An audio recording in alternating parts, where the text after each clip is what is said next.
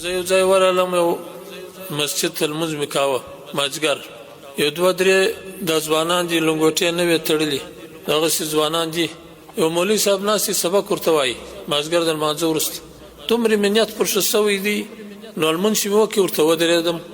سبقان هم په فارسي وه، ژبه هم فارسي وه. وایم دا څه شی وایاست؟ وایي دا زنجاني وایي خزرادي وایي داسې یو کتاب یې رایاد کړي. ما زنده باد، آفرین، ډېر غیرت کوي. دومره مې نیت تر باندې ښه سوی دی چې تاسو ځوانان دې سبق ته ناست یاست او تاسو زده کړه کوئ او دا دیني زده کړه کوئ، علم زده کوئ. املا صاحب ته هم دغه ځوانانو ته مې پیسې ورکړې، مال دا مې انعام درکړي چې دا کار پرې نه ږدي، دا کار ته دوام ورکړي. لبیک ولاړ حاضر یو ستا امر ته سالاره، امیر المؤمنین زموږ د زړه